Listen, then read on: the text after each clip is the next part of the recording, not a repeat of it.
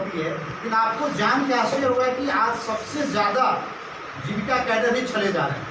उनको इतना कम मानदेय दिया जाता है और इतना शोषण है, इतना वर्कलोड है कि वो अपने आप को प्रताड़ित महसूस कर रहे हैं। तो आज हम लोग बैठे कि एक रणनीति बनाए कि इस प्रताड़ना से कैसे मुक्ति मिले और वाजिब काम का वाजिब दाम कैसे मिले, इसकी रणनीति बनाने के लिए आज हम लोग पटना की धरती पर उपस्थित हैं। और आज यहाँ से एक रणनीति बनेगी कि फ्यूचर में कैसे लड़ाई लड़नी है जीविका संघ के माध्यम से, और हम लोग बेहतर लड़ाई लड़के कैसे अपने लक्ष्य को, अपने मुकाम को हासिल कर सकते हैं। भी आप लगातार प्रखर होकर जीविका से रिलेटेड मुद्दों पे आप लगातार बोलते रहे हैं, क्या कहानी क्या है इसके पीछे? आप भी, जैसे कुछ लोग बताते हैं कि आप भी पहले जीविका में थे, किसी पोस्ट पे थे, तो ऐसा क्या हो गया जो जीविका से पूरी तरह से आप रुष्ट है? देखिए, रुष्ट नहीं है, एक सिस्टम है, करप्ट सिस्टम से एक लड़ाई है। हमारा जो सिस्टम है, जीविका जो सिस्टम है, बाह्य रूप में बहुत अच्छा है, देखने में सुनने में बहुत अच्छा है, लेकिन जो इसकी आंतरिक स्थिति है, जो संरचना है, पूरा करप्शन से भरा पड़ा है। और इसलिए हम लोग ये चाहते हैं कि भाई जो करप्ट सिस्टम है उसके विरुद्ध लड़ाई लड़े और बिहार के 1,30,000 कैडरों और करोड़ों दीदियों के साथ न्याय हो। उनके साथ जो रवैया अपनाया जा रहा है, उनके साथ जो शोषण हो रहा है, उसको हम लोग बेहतर तरीके से मिटा सकें और एक अच्छा बिहार नवनिर्माण में जिनकी महती भूमिका है उसको हम लोग ऊपर उठा सकें। कुछ लोगों का कहना है कि आप इसके माध्यम से राजनीति कर रहे हैं, आप अपना पर्सनल फायदा इसको करना चाह रहे हैं। अच्छा, तो ये जीविका कैडर जो या जीविका दीदिया जो नीतीश कुमार की रैली में जाते हैं, तो नीतीश कुमार का भी तो पर्सनल बेनिफिट है ना, नीतीश कुमार भी तो इसको यूज़ कर रहे हैं। इसका मतलब 2,000 रुपया में 750 रुपया दे के और अपनी जो रैलियों में नीतीश कुमार ले जाते हैं, इसका मतलब और वो क्या रहा है कि नीतीश कुमार अपनी रैलियों में इसको यूज़ कर रहे हैं, तो हम तो कहेंगे भाई नीतीश कुमार इसको राजनीतिक रूप से यूज़ कर रहे हैं। आप नेता बनना चाहते हैं? कौन? जीविका कैडर के माध्यम से? हाँ, जीविका कैडर का नेता नहीं है। हमारा उद्देश्य है कि जीविका में लाखों कैडर जो काम करते हैं, करोड़ों दीदियाँ जो है उसको न्याय मिले और इस भ्रष्ट सिस्टम के खिलाफ हमारी लड़ाई। देखिए, केवल सच एकमात्र ऐसी पत्रिका है, एकमात्र ऐसी मीडिया संस्थान है जो लगातार जीविका में जो भी आंतरिक रूप से भ्रष्टाचार होते हैं उनको हम लोग खुल के व्यापक तौर से प्रसारित किया है। हमारा जो पत्रिका आया है पिछले मंथ का, उसमें भी जीविका के भ्रष्टाचार के बारे में हम लोगों ने तथ्यात्मक रूप से उसमें विवरण के रूप में दिया है। लेकिन प्रदीप जी, हम आपसे ये कहना चाहेंगे, चाहे हम हों या आप हों या कोई भी जो जीविका के भ्रष्टाचार के बारे में बात करता है, उसको जो विभाग है उसको कहता है कि ये लोग एंटी जीविका है। इसके बारे में आप क्या कहेंगे? देखिए, एक्चुअली में जीविका में एक लूट तंत्र जारी है, तो लूट हो रहा है, तो उनको लगता है कि जो इस तरह के विरोध कर रहे हैं तो हमारी लूट की जो प्रणाली चल रही है उसमें कहीं कहीं बाधा पहुंचा रहे हैं। तो वो जो अपना पॉकेट भर रहे हैं, तो पॉकेट भरने से अगर हम लोग कहेंगे तो स्वाभाविक है कुछ ना कुछ तो आरोप लगा के हमको तो बाहर का रास्ता दिखा देगा, या आपकी आरोप लगा के आपको कहेगा कि ये गलत है, एंटी सोशल लोग हैं, एंटी ऑर्गेनाइजेशनल लोग हैं। अरे भैया, हम लोगों की आवाज़ उठा रहे थे, एंटी ऑर्गेनाइजेशन कैसे हो गए? हम तो ऑर्गेनाइजेशन हो गए कि ऑर्गेनाइजेशन के ही लोगों के साथ काम करके ऑर्गेनाइजेशन के ही लोगों को अपना जो हक और अधिकार है उसको दिलवाने के लिए लड़ रहे हैं। क्या चाहते हैं, क्या होना चाहिए? 5 ऐसे बड़े भ्रष्टाचार जीविका। देखिए, जीविका में कोई ऐसा चीज़ ही नहीं बचा उसमें भ्रष्टाचार नहीं। बड़े भ्रष्टाचार आप अगर रैंकिंग देना चाहें, देखिए, अभी तो मुख्यमंत्री का एक मलबरी योजना था, कृषि मलबरी योजना, 800 लगभग 800 करोड़ का प्रोजेक्ट था, उसमें 80 लाख का भी काम नहीं था। स्किल डेवलपमेंट पे लगभग हमको लगता है 2 दर्जन कंपनियां जीविका का 8 करोड़ 8 लाख 10 लाख 8 करोड़ 10 करोड़ रुपया लेके भाग गई, और ये मिली भगत से भागी है। वैसे कंपनियों को टेंडर दिया गया है कि जिससे पहले से चिंता के भाग जाना था। अभी जीए डिजिटल MIS स्कूटी और डाटा एंट्री ऑपरेटर के नाम पे जो सिलेक्शन हुआ है, उसमें जो बिहार के युवाओं से पैसा लेकर सिलेक्शन हो गया, वो 100 करोड़ का लगभग घोटाला है। घोटाले तो बड़े बड़े घोटाले हैं।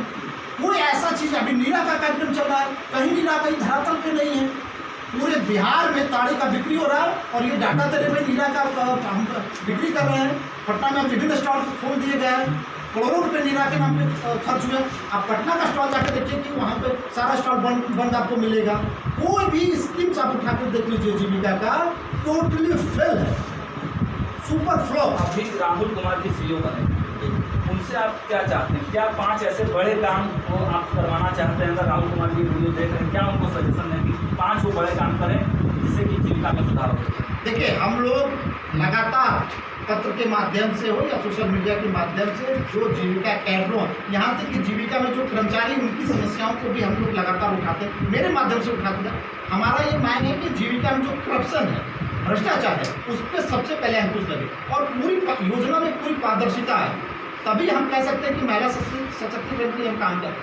लेकिन वहाँ हो नहीं पा रहा है ना, इसलिए जो भ्रष्टाचार है वही पारदर्शी तरीके से हो, भ्रष्टाचार पे अंकुश लगे और जो समस्याएं कैडरों के साथ है, जैसे कम मानदेय है, उसके मानदेय को बढ़ाया जाए, कैडर को स्थायी दिया जाए। भैया ये कौन होता है, वो अस्थायी है, ये बाहर का लोग है, पार्ट टाइम जॉब है, भैया आपके यहाँ काम करता है, आप उसकी सुरक्षा दीजिए। सामाजिक सुरक्षा का लाभ मिलना चाहिए कैडरों को, कैडरों का जो वाजिब मांग है, वाजिब हक है, वो मिलना चाहिए। एक आपको पता होना चाहिए कि मैं राहुल सर से पूछना चाहता हूँ कि आज जीविका में 8-9 साल से 10-10 साल से एक कर्मचारी एक ब्लॉक में पदस्थापित हैं और वहीं से भ्रष्टाचार हो रहा है। आखिर 8 साल 10 साल से वो कर क्यों रहे, क्यों उनका स्थानांतरण नहीं हो रहा? स्थानांतरण नहीं होने से उनकी पैठ बन गई सोसाइटी में और पैसा लेके पूरा खेला चल रहा है। अभी खेला पर रोक करनी चाहिए।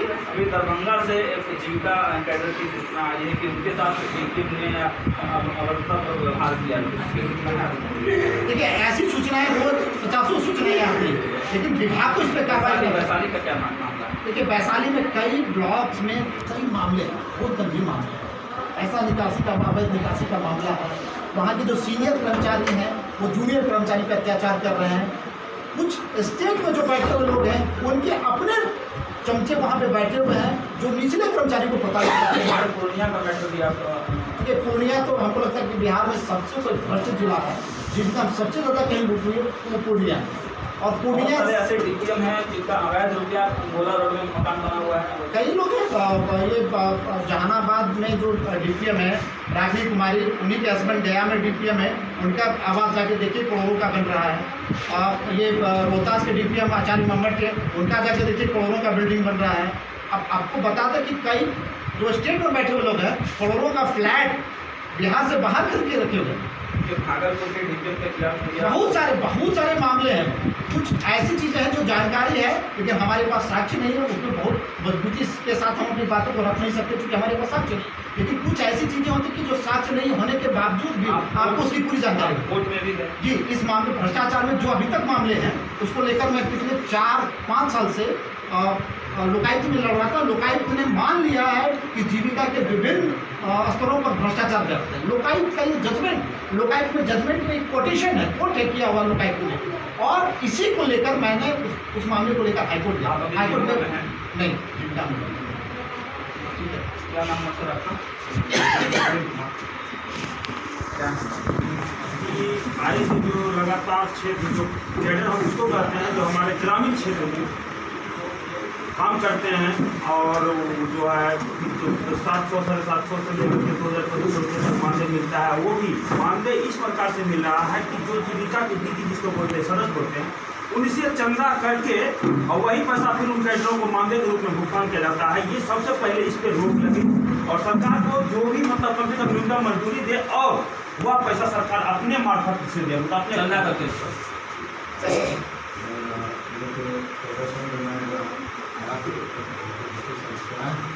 और मुझे आपकी कहना बहुत होती है कि लोग की जो आप मांगने को देखते हैं, जिसकी जो लड़ाई हमेशा रही थी।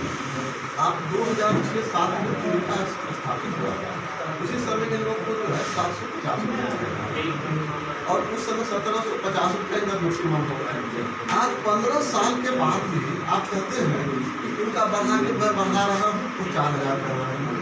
तो आप अनुमान लगाइए कि आप 15 साल के बाद आप वो बाइक पर 1750 से लेकर बोल रहे हैं कि एक सीएम का मानदेय जो होता है वो 4,000 और वो भी क्या सिस्टम से आपके माध्यम से कहना चाहता हूँ जब ही इनका कंट्रीब्यूशन सिस्टम तो कहीं था ही नहीं कम्युनिटी से। अगर मैं कंट्रीब्यूशन सिस्टम के खिलाफ है आप? हाँ एकदम। देखिए, आपको सोचना होगा कि मान लें जैसे कि अगर जीविका का एक सिस्टम बना हुआ है, इस जीविका में एक 60 या 40% का वृद्धि होता है, 100% होता है, क्योंकि हमारा फंड जो उनका पहले भी मानदेय जो है वो 40% से ज़्यादा था। और 60% कम्युनिटी का पैसा है, तो 60% से क्यों पैसा इनको दिया जाएगा? उनको 40% से देना। जब ऊपर जितने भी पदाधिकारी बैठे हुए हैं उनका जो है सैलरी 40% से जाए और इनका जो है पैसा 60% से जाए, जो कम्युनिटी का पैसा है। ठीक ठीक। और भी जो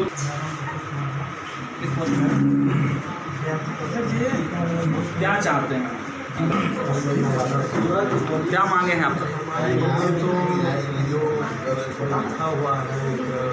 जो प्रदीप जी ने बताया, सीएम के पद पर कार्यरत। क्या स्थिति है वहाँ पर? स्थिति है सर कि हम लोगों का जो भी है जैसे कंट्रीब्यूशन सिस्टम है, अब सीएम हो, बुक कीपर हो, सीएफ हो, एमबीके हो, वो सब का जितना भी मानदेय मिलता है वो हम लोगों को एक तरह से भिखमंगा सिस्टम है, उस सिस्टम को दूर किया जाए। भिखमंगा सिस्टम से मिलता है आप लोग? जी, भिखमंगा ही कर सकते हैं ना आप उसको। जैसे हम चंदा मांगते हैं कि दीदी इतना हुआ तो हमको जो उनका ब्याज है जो कि उनका पैसा है, जैसे उनको बोला जाता है कि ये दीदी आपका पैसा है, और जब बात मानदेय की आती है तब उसमें बोला जाता है कि आपको इसी में से आपको मिलेगा। तो इससे बहुत बार बाधाएं भी आती है। दीदी के द्वारा भी बोला जाता है कि हम अपना पैसा क्यों दें, फिर हम ही लोगों को उनको समझाना पड़ता है कि दीदी अच्छा, MIS एग्जीक्यूटिव पोस्ट पे की आती है तब उसमें बोला जाता है कि आपको इसी में से आपको मिलेगा। तो इससे बहुत बार बाधाएं भी आती है। दीदी के द्वारा भी बोला जाता है कि हम अपना पैसा क्यों दें, फिर हम ही लोगों को उनको समझाना